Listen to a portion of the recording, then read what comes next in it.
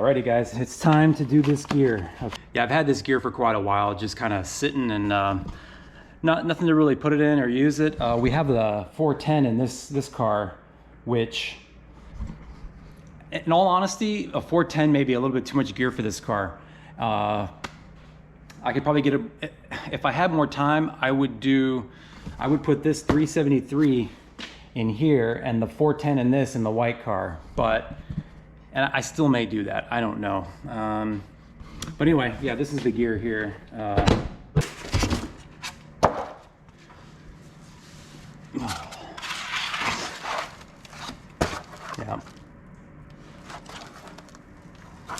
Yep, 373. You can see it right there. But I mean, the gear itself is in like perfect condition. There's really nothing wrong with it. I do have a tool. Let's see where it's at. Yeah, right here. Yeah, I made this little tool here that hooks to your pinion and then kind of wedges against the ground so that you can get the pinion nut off, because you have to really torque those things. So yeah, let me go get the diff cover off of this thing. I got it jacked up and kind of ready to take the diff cover off. I did notice one thing driving this car that I hadn't noticed before, is that I don't know if there's some kind of a like a auburn or some kind of some type of limited slip in here, because when I go around corners, it kind of makes a chirping sound, almost like a spool, but not really. Kind of like, it just seems like it's kind of hard. It's kind of struggling. It goes going around corners, and usually that's what a spool sound makes. So I don't know if there's some kind of upgraded diff in here or not, but if there isn't and it's the stock diff, then I'll just have to get like a rebuild kit, you know, to do the clutches and all that. I've done that before. It's not a big deal either. So I'm gonna go ahead and take this off and see what's in there, and yeah, go from there.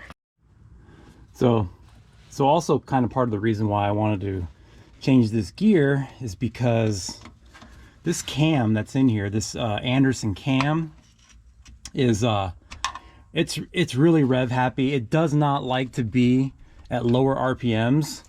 It really bucks and kicks like when I'm cruising around 65 miles an hour, it's like around 1800 RPMs, and it doesn't like it. So that's another one of the reasons why I want to change the gear also. So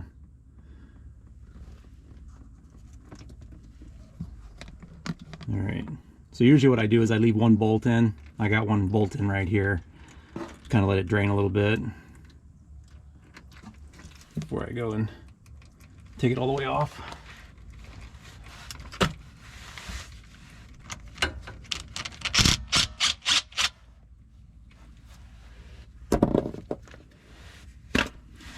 All right, let's see if we have any goodies in here. I doubt it. It's probably just the diff making noise, but we'll see. Yep, stock diff. Just making noise. It's not, I'm sure the clutches in it are probably need to be replaced, and it's just, you know, that's what's making that noise. So yeah, I just kind of wanted to show you guys one more thing. By me moving this wheel back and forth like this, just kind of doing that, those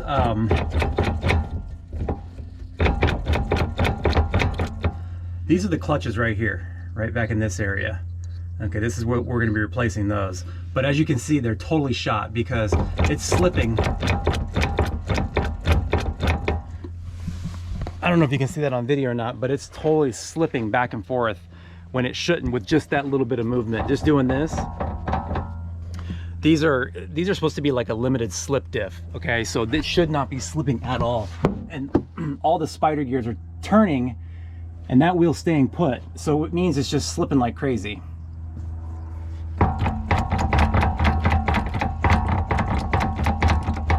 You can hear it too, clicking. So it's all those clutches in there that are just worn down. They're probably metal on metal. So all right guys, starting to get a little bit dark. Hopefully you can see this. So here's my tool that we're going to be using. So depending on if you're You know, if you're tightening it or loosening it, you want to put it on a different side of the car. It's really cheap. I mean, you go buy a piece of angle iron, you cut 2 holes in a notch, and you can see it just bolts to here.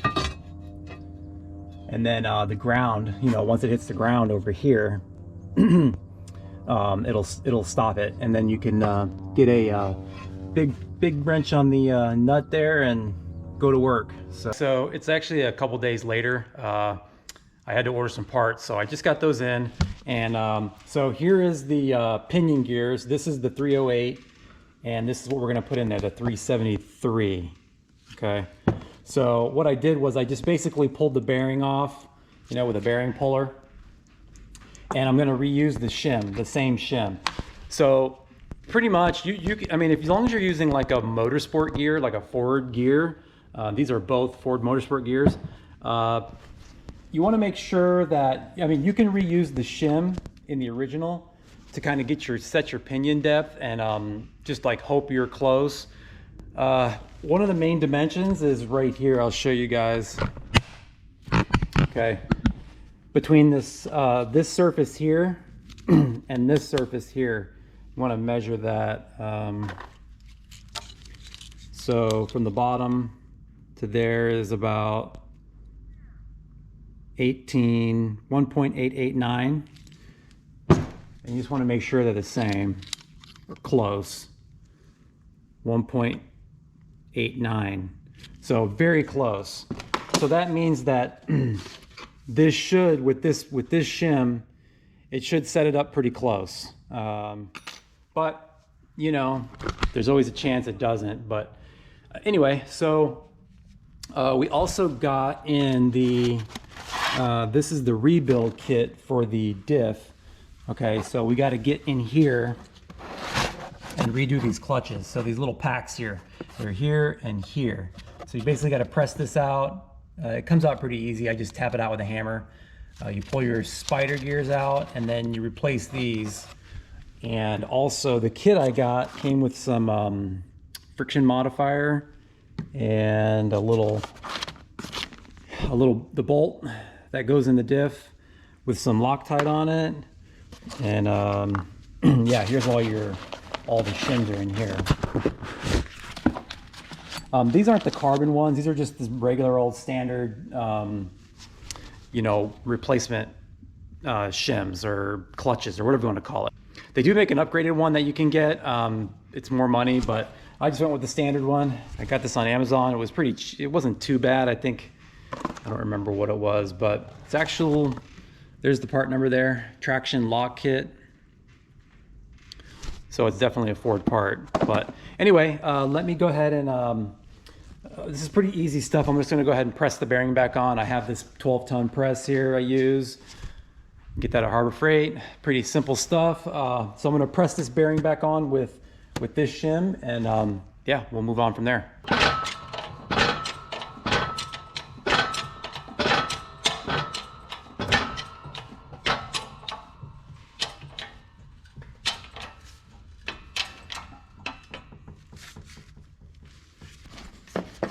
So here's a handy little tool I made. That's actually like an old bearing, and I kind of ripped it apart, took all the rollers out of it, and then stuck it in my lathe. And then I took some material out of the inside so that it'll slide easily over, you know, and so that I can actually use it as a press. So that way I'm never pressing on the actual, you know, this surface here. You want to press on the inside. You want to press on that. So that works pretty good. So okay, so now that we got that, I'm gonna move on to pulling the ring gear off, and then we'll start working on that. All right, so we got the spider gears out. You just kind of twist the whole thing, and these pop out. So here we have the clutches. These are all basically the clutches, and I like to just take them out so they're all stacked up so I don't confuse anything. And then what I'll do is just take them off and replace with new ones. So I know which way they go, and I mean, it's pretty simple the way they go, but yeah. Add the new shims, and should be good to go. So that's it. That's your clutch pack there. You can see you got clutch, 2 spacers, clutch, 2 spacers, clutch, and then your final spacer.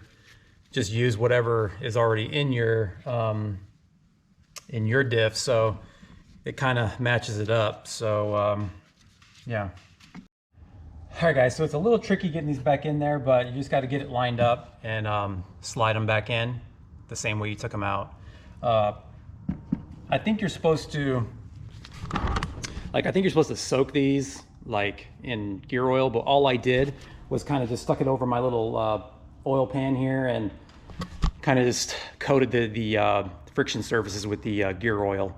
I'm not going to soak them. They're going to sit in oil anyway. So, but yeah, so now's a little more even trickier part, getting these other spider gears back in here, because you kind of have to get them in there and kind of just work them back and forth until you get them in position. See, okay, there we go. So you kind of turn the top here and then just line these holes up, basically. Right there. So you want that hole to line up, and you want nothing to be binding. So then the last thing we need to do is we could press this spring back in. So you can kind of just set it up like this, and if you don't have a press, you might be able to tap it in with a hammer, but I think this will be better to just press it in, and yeah, and then we should be able to put the ring gear on and get back to reassembly.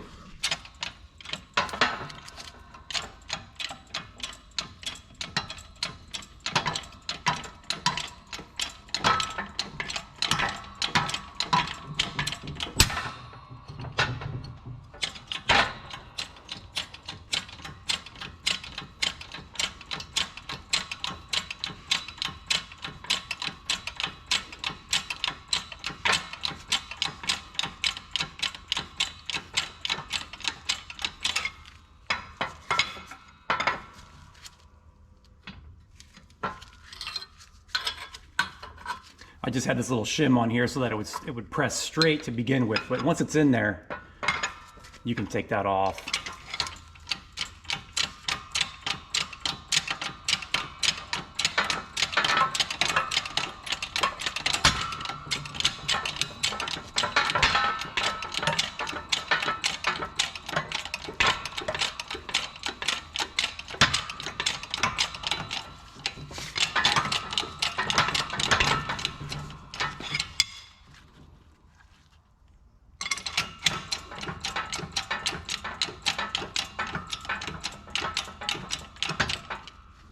So you can kind of feel when it's in position, and this doesn't have to be perfect.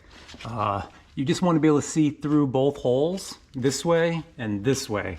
And then you know your spring is in the right spot. So, okay, so your pinion bolt, which is that one there, just put like a lot of Loctite on it. So this is where things get a little tricky, and some people will do it different ways, but basically if you want to do it right, you need like an inch torque wrench, and it's like you want to go and tighten it until the pinion spins with a certain amount of drag, okay, and it's in inch pounds. I've done so many of these that I pretty much do it by feel, how it feels. If it's a brand new bearing, you want to be a little tighter. If it's a used bearing, like what we have here, I'm a little looser. So don't do it like I do it. You know, definitely get yourself one of those inch torque wrenches, and it's just that you want to go to a certain inches of drag. So I'm just going to tighten it up like I normally do, and I never have problems with it. So yeah, lots of Loctite. All right, so I got that tightened up. Like I told you, I can just kind of feel it, and I feel the dragging. I really can't explain it on video, but I can kind of tell that it's where it needs to be, and it still runs smooth, but has a little bit of drag to it. So okay, now all we got to do is put the diff in, double check our lash, and that's pretty much it. We'll bolt it back together. We'll take it for a spin. All right guys, so I didn't show all the boring stuff of torquing it and all that. You know, it's like 75 foot-pounds on the caps and the ring gear and all that. And I checked the lash, everything's good. So basically just put it back together the way you took it apart. All right, so we're gonna add this friction modifier here. I'm just gonna put it right in one of these bottles because I used some of this gear oil for those clutches. So add this, we'll go add, it's roughly gonna take 2 quarts of that. So I have this one and I have another gallon too. So I'll just fill it up until it pours out of that little hole where you fill it, and then we'll go take it for a test drive.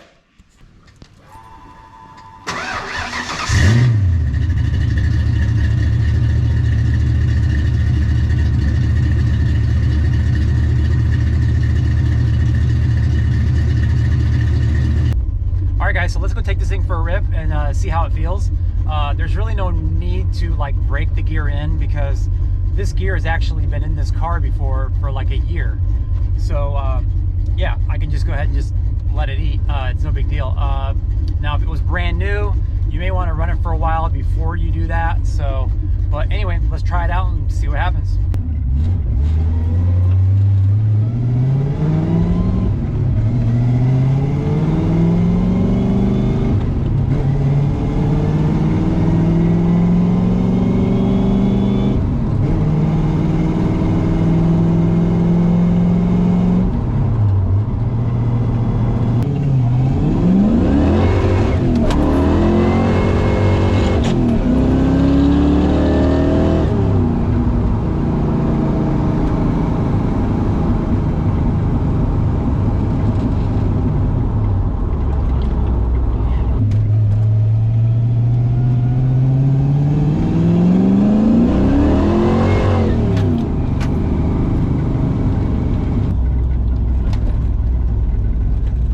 Totally different.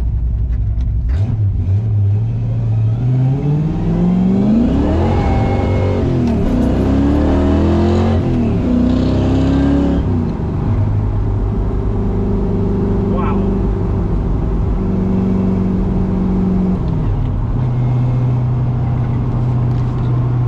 Wow, guys, it's a totally different animal. I don't know if you can tell, but it's hitting the rev limiter. I mean, it's hitting the shift light really quickly.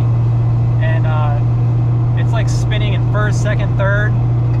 Wow, this thing really needed that gear.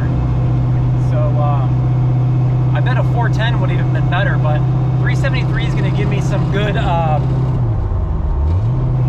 It'll give me some good cruising on the highway. You know, like I remember before it was around 65 miles an hour. It was like around 1,800 RPMs. Now it's right around 2,100. Even though my speedometer is off a little bit, I'm doing around 65 right now. So I'll double check it with my GPS on my phone. But man, guys, this thing is woken up big time. So definitely happy with it. The gear sounds good. There's no like noises or anything, no whining. And you want to check like your decel too. So like get it up to a good RPM and then let it decel, and you'll listen for any kind of weird noises there too.